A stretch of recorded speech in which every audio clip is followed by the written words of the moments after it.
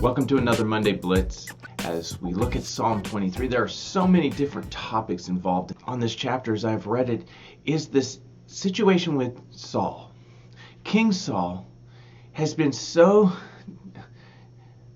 distracted, I guess would be the way to say it, distracted by David being present in Israel that he is no longer leading the nation.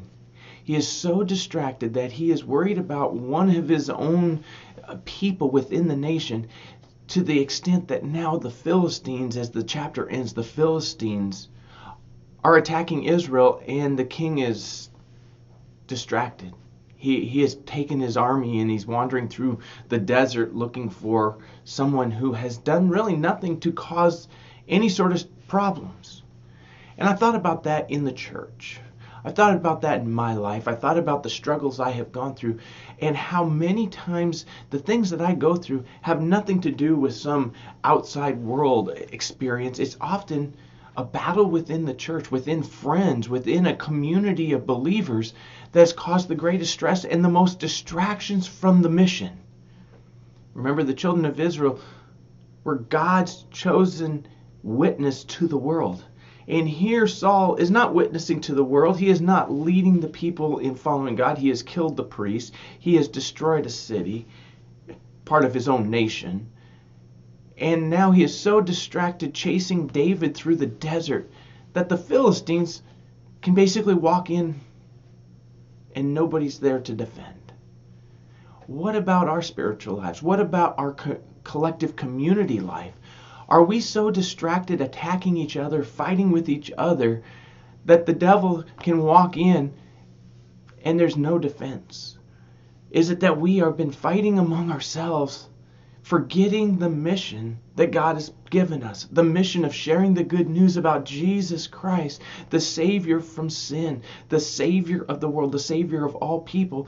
The mission we've been called to is to share that good news. It is not to fight with each other. That has never been part of our job. That has never been part of our mission. That is not the covenant of God. He didn't say, okay, I make you the covenant people to fight among yourselves.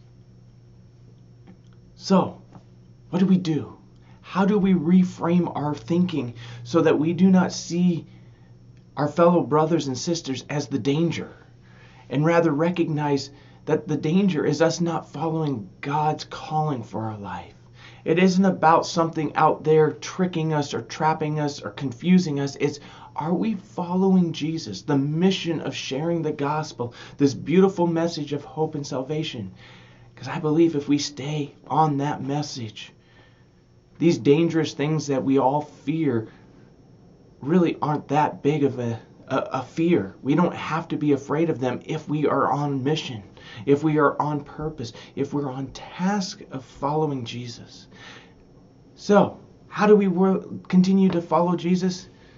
We stay connected to him. We, like David in the first half of the chapter, ask God what our next step is. Where do we go next? What do we do next? And we don't fear, we don't attack.